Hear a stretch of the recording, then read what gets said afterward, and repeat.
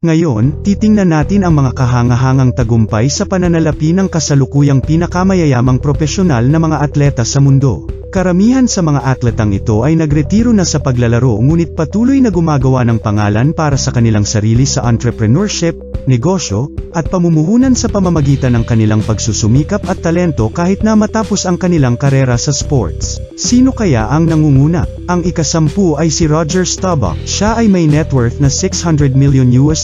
Si Roger Staubach ay isang retiradong manlalaro ng football sa Amerika na kumita ng pera sa pamamagitan ng kombinasyon ng sweldo, pag-endorso, at pakikipagsapalaran sa negosyo. Naglaro si Staubach bilang quarterback para sa Dallas Cowboys mula 1969 hanggang 1979 at naging 6 na beses na pagpili ng Pro Bowl.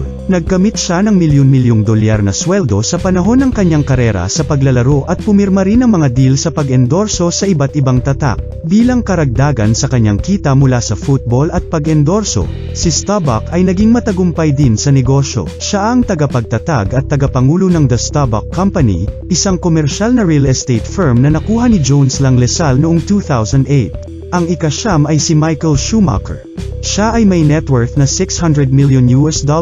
Si Michael Schumacher ay isang retiradong German racing driver na itinuturing na isa sa pinakadakilang Formula 1 driver sa lahat ng panahon. Kumita siya sa pamamagitan ng sweldo, endorsement, at sponsorship. Si Schumacher ay nakakuha ng milyon-milyong dolyar sa sweldo sa panahon ng kanyang karera sa karera, na nagtagal mula 1991 hanggang 2012. Pumirma rin siya ng mga deal sa pag-endorso sa mga pangunahing tatak tulad ng Ferrari, Mercedes-Benz, at Nike. Bilang karagdagan sa kanyang kita mula sa karera at pag-endorso, nakatanggap din si Schumacher ng mga sponsorship deal mula sa mga kumpanya sa industriya ng karera at iba pang nauugnay na larangan. Pagkatapos magretiro mula sa karera, nagtrabaho rin si Schumacher bilang isang konsultant para sa iba't ibang mga koponan sa motorsports. Ang ika-8 ay si June-Ion Bridgman. Siya ay may net worth din na $600 million. Si Ulysses Lee Jr. Bridgman ay isang retiradong Amerikanong propesyonal na basketball player at matagumpay na negosyante. Kumita siya sa pamamagitan ng kombinasyon ng sweldo, pag-endorso, at pamumuhunan.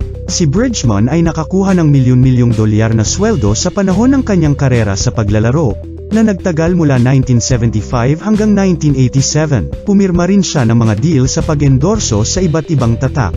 Bilang karagdagan sa kanyang kita mula sa basketball at pag-endorso, si Bridgman ay gumawa din ng matagumpay na pamumuhunan sa iba't ibang negosyo, kabilang ang mga fast food franchise at pamamahagi ng alak. Kasalukuyan siyang CEO ng Bridgman Foods, isang restaurant franchising company na nagpapatakbo ng higit sa 250 location sa United States. Ika-7, Eddie Jordan na may net worth na $600 million. Si Eddie Jordan ay isang dating Irish racing driver, may-ari ng team, at negosyante.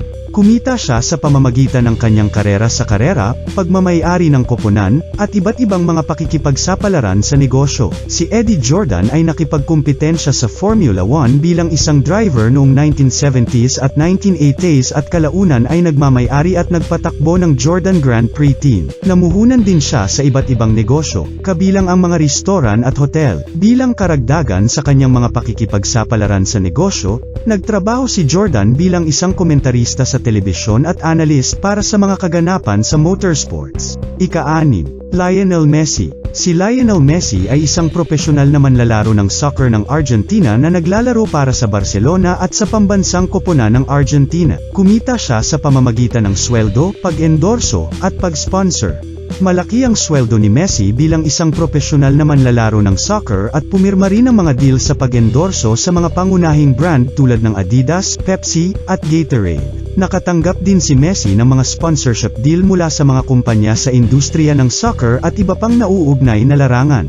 Siya ay malawak na itinuturing na isa sa mga pinakamahusay na manlalaro ng soccer at nanalo ng maraming mga parangal sa buong kanyang karera. Si Messi ay hindi kailanman nanalo ng isang FIFA World Cup bago ang Qatar noong 2022. Ito lamang ang pangunahing tropeyo na hindi niya napanalunan sa kabuuan ng kanyang karera. Kumpleto na ang kanyang career.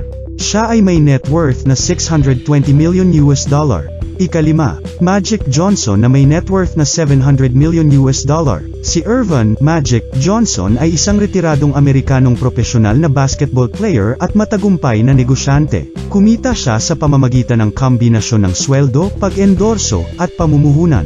Si Johnson ay nakakuha ng $10 milyong sa sweldo sa panahon ng kanyang karera sa paglalaro mula 1979 hanggang 1966. Pumirma rin siya ng maraming deal sa pag-endorso sa mga pangunahing tatak tulad ng Coca-Cola, Converse, at MCI. Bilang karagdagan sa kanyang kita mula sa basketball at pag-endorso, si Johnson ay gumawa din ng matagumpay na pamumuhunan sa iba't ibang negosyo, kabilang ang mga sinehan, restaurant, at fitness club. Siya ang kasalukuyang chairman at CEO ng Magic Johnson Enterprises, isang sari-sari na holding company na namumuhunan sa iba't ibang industriya. Ikaapat, Anna Kasprezak. Si Anna Kasprezak ay isang Danish dressage rider at Olympic athlete. Kumita siya sa pamamagitan ng premyong pera, sponsorship, at pag-endorso. Nakipagkumpitensya si Kasprezak sa maraming internasyonal na kompetisyon sa dressage, kabilang ang Olympics, at kumita ng pera sa pamamagitan ng pagkapanalo. Mayroon siyang endorsement deal sa mga kumpanya sa industriya ng equestrian at iba pang kaugnay na larangan. Kumita rin ang Kasprezak sa pamamagitan ng iba pang mga pakikipagsapalaran, tulad ng pagtuturo at pagsasanay. Si Kasprezak ay may net worth na $1 billion. Ikatlo, Tiger Woods. Si Tiger Woods ay isang profesional na manlalaro ng golf at isa sa mga atleta na may pinakamataas na sweldo sa mundo. Nakuha niya ang kanyang pera sa pamamagitan ng premyong pera, pag-endorso, at pamumuhunan. Si Woods ay nanalo ng maraming paligsahan sa golf sa buong kanyang karera, kabilang ang Masters, ang PGA Championship, at ang US Open, na nag-aambag sa kanyang kita. Bilang karagdagan sa kanyang premyong pera, nilagdaan din ni Woods ang mga deal sa pag-endorso sa mga pangunahing tatak tulad ng Nike, Gatorade, Buick, at Bridgestone. Namuhunan din siya sa iba't ibang negosyo, kabilang ang mga golf course at restaurant. Iniulat ng Forbes na tinanggihan niya ang isang mataas na 7-digit na deal para maglaro sa bagong golf tour na suportado ng Saudi, ngunit huwag mag-alala. Salamat sa mga endorsement deal at real estate, bilyonaryo pa rin siya. Si Woods ay may net worth na $1.1 billion.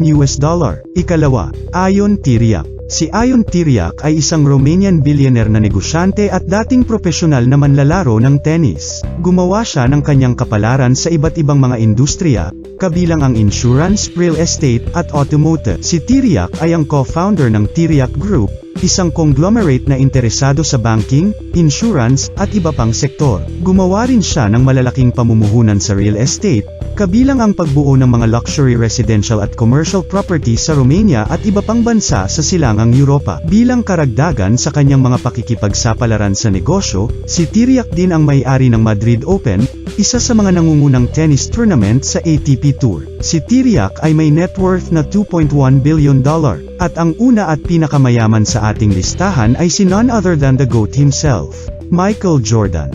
Si Michael Jordan ay isang retiradong Amerikanong profesional na basketball player na itinuturing na pinakadakila sa lahat ng panahon. Kumita siya sa pamamagitan ng kombinasyon ng sweldo, pag-endorso, at pamumuhunan. Nakakuha si Jordan ng $10 milyong sa sweldo sa panahon ng kanyang karera sa paglalaro mula 1984 hanggang 2003. Pumirma rin siya ng maraming deal sa pag-endorso sa mga pangunahing tatak tulad ng Nike, Gatorade, at Hanes. Bilang karagdagan sa kanyang kita mula sa basketball at pag-endorso, si Jordan ay gumawa din ng matagumpay na pamumuhunan sa iba't ibang negosyo, kabilang ang mga restaurant, dealership ng kotse, at mga golf course. Si Michael Jordan ay isang bilyonaryo at ang pinakamayamang atleta sa mundo. Si MJ ay may net worth na $3 billion o 150 billion pesos.